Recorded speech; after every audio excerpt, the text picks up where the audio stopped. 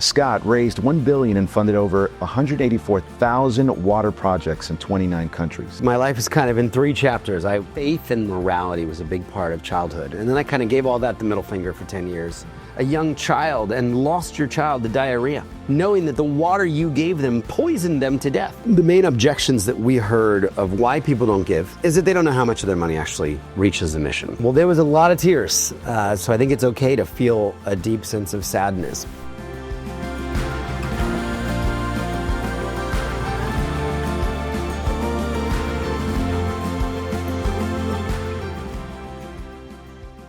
So welcome back to the Digital Legacy Podcast. My name is Daniel Sanchez. I'm the founder and CEO of Reekolect. And today we have a very special guest with us here today, Scott Harrison. It's going to be sharing and giving some insight into his career and what he's been able to do. And also we're in a very exclusive location where we don't normally film. We're here at the Rice Estate at Turnerhill. And again, we have such a special guest here with us today. Right. I'm going to just dive in quickly, Scott, just to give a little... Good to be here. Absolutely. I'm going to dive into a little background, and that way, again, the audience can know a little bit about you. So, Scott raised $1 billion and funded over 184,000 water projects in 29 countries. New York Times best-selling author, Thirst, Fortune Magazine 40 Under 40, Forbes Magazine Impact 30, number 10 in the fastest companies 100 most creative people in business issue, World Economic Forum Young Global Leader, and CEO of Charity Water, international NGO with over 1 million donors. Absolutely incredible. So, Scott, let's first start off. I mean, if you could give us just a quick summary of what your journey has been so far with charity and what it really does. Well, as I shared a little earlier today, my life is kind of in three chapters. I grew up as an only child, taking care of a very sick mom. My mom was an invalid. There was a terrible carbon monoxide gas leak in my home when I was 4. So I was a good kid. I wanted to be a doctor when I grew up, help her. Act 2 of my life, I did not become a doctor. I became a nightclub promoter in New York City. My parents hated that. I worked at 40 different clubs, and I got into all the trouble and assumed all the vices that would come with that territory. So from the smoking to the drinking to the drugs to the gambling to the pornography to it was a really dark life that I led for many years. It was just focused on me. How much money could I chase? How many beautiful women could I be seen with? How many famous models or actors? And it was just, it reached an end, Daniel, where I realized one day at 28 years old, man, I'm the worst person I know.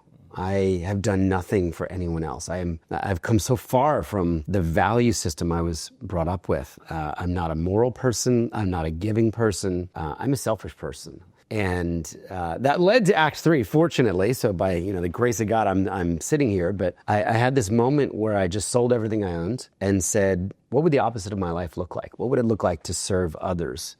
What would it look like to try to give the talents that maybe I've been blessed with in the service of something greater? And that led me to post-war Liberia, Africa, West Africa, with a group of doctors and surgeons on a huge hospital ship that would sail up and down the coast and would bring free, high-quality medical care to people in need. And I fell in love with the work. I was volunteering for free, and the year turned into 2 years. And of all the stuff that I saw, of all the needs that I saw unmet, it was this one thing that really stuck out to me, and it was the people were drinking dirty water.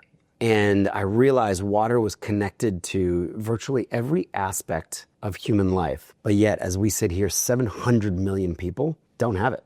Absolutely. A tenth of the world is drinking dirty, unsafe water today. And about 18 years ago, I kind of raised my hand and said, I'm going to try to make this my life's mission to serve others by bringing clean water to everybody in the world.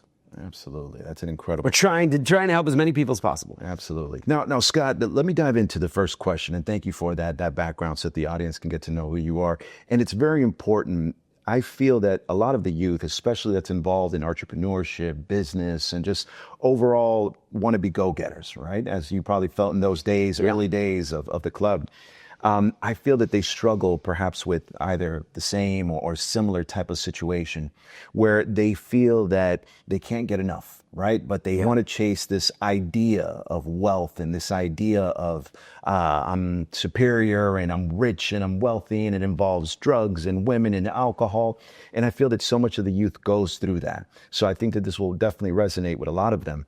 And what I'd like to ask you, can you be a little bit more specific about, if you can share at least a day or a moment that you were thinking where you made that transition, where you said, you know what, I'm done with this. I feel that there's a void in my life. Is there a specific moment there just before you made that jump and leap? So I was raised in a very Christian family. My parents, were non-denominational, but there was a faith and morality was a big part of childhood. And then I kind of gave all that the middle finger for 10 years. Mm-hmm. And in some ways, it's like I lived out the cliche prodigal son story. Like, give me my inheritance, I'm going to do better.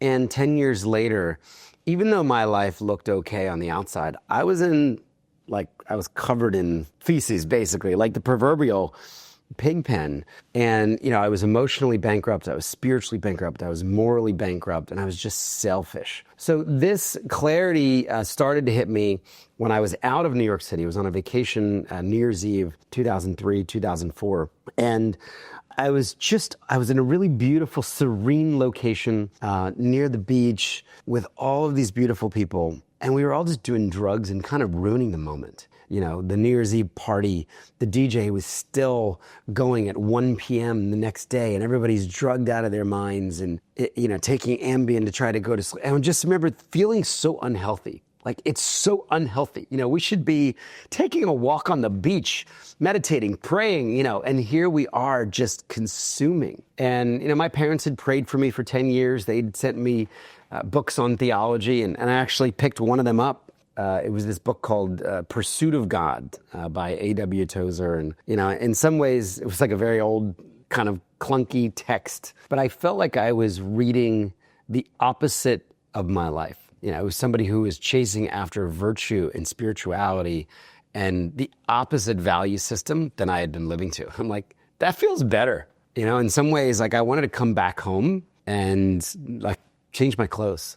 I get that. And get undirty again. Absolutely. It's very deep and very profound. I know a lot of, perhaps, if not in our audience, feel that. Sometimes it seems like it's almost a mask, right?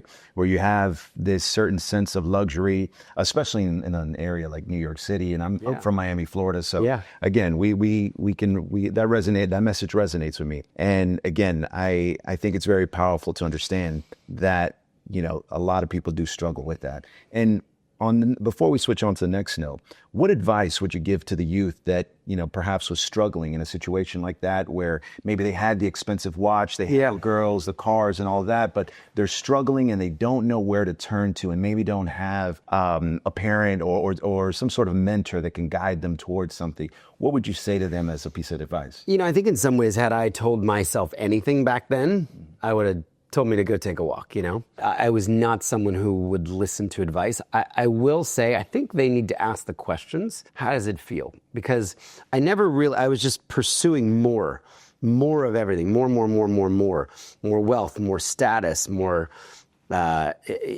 possessions. And I think, asking that question, how do I feel? Does this really make me happy? Because I've seen people in their 70s that are still chasing, 80s, they're still chasing.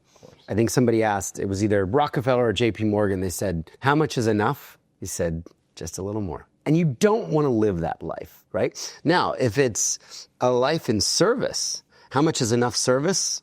A little more. A little more works great. If you're asking the question, how can I use what I've been blessed with, right? And there's kind of three things. We have time, we have our talent, and then we have money. Other people have more of, depending on where you fall on that spectrum, some people can give all three. But, I really think people can ask the question, how am I using my time, my talent, my money in the service of others? It's that simple. How am I blessing others with what I've been blessed with? That could look like your local community. It could be organizations like Charity Water, where you're engaging in the global community. It could be both. My wife and I give locally and we give internationally. We want to be good stewards of what we've been given. I think far too, people ask that question at all.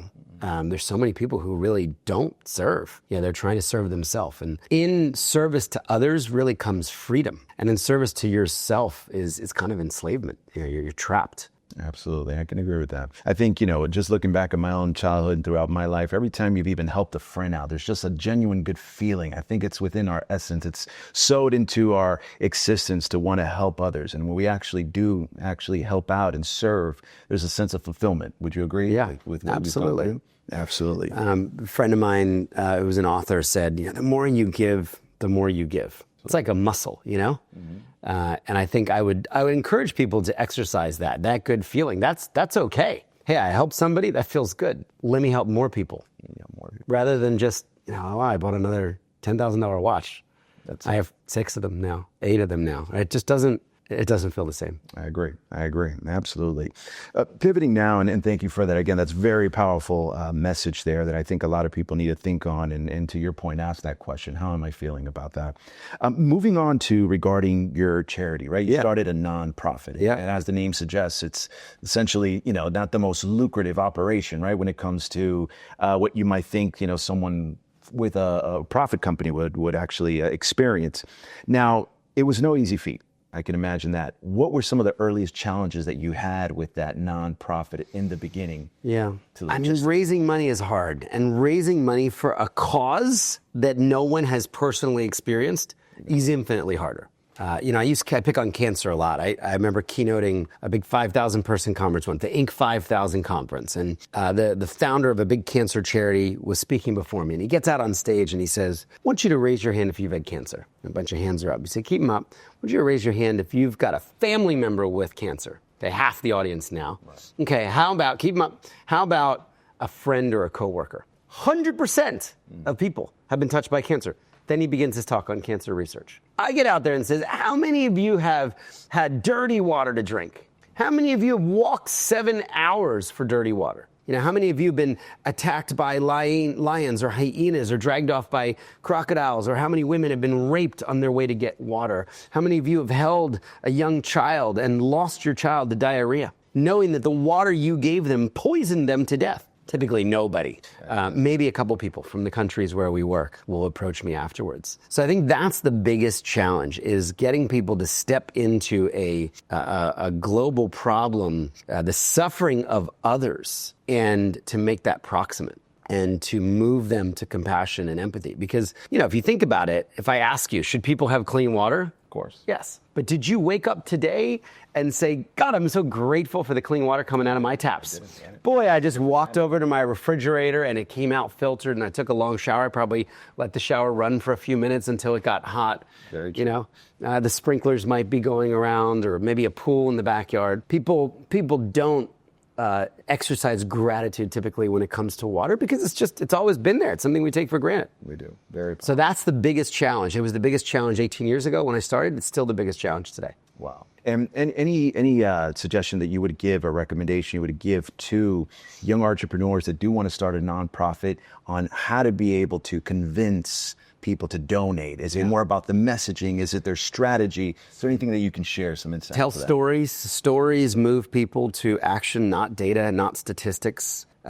Build a financially sound, high-integrity organization. A lot of people don't trust charities. 70% of Americans believe charities waste their money. 40% of Americans don't trust nonprofits. So be a trustworthy organization. Dot the I's and cross the T's. And, I think show people where their money goes. It's that simple. Like, if I take a donation from you, can I tell you where it went? Can I assure you that your donation is actually going to get a result that benefits others? And build that trust. And then you'll continue to give. Absolutely. Very powerful. On that same note, something that your charity did is that you basically offered 100%, right? So the donation that people would give, again, 100% would go to that. How did that change the game in the nonprofit and the charity world? I think one of the main objections that we heard of why people don't give is that they don't know how much of their money actually reaches the mission. Of course. So that was our first idea on day one. Let's make that answer 100%.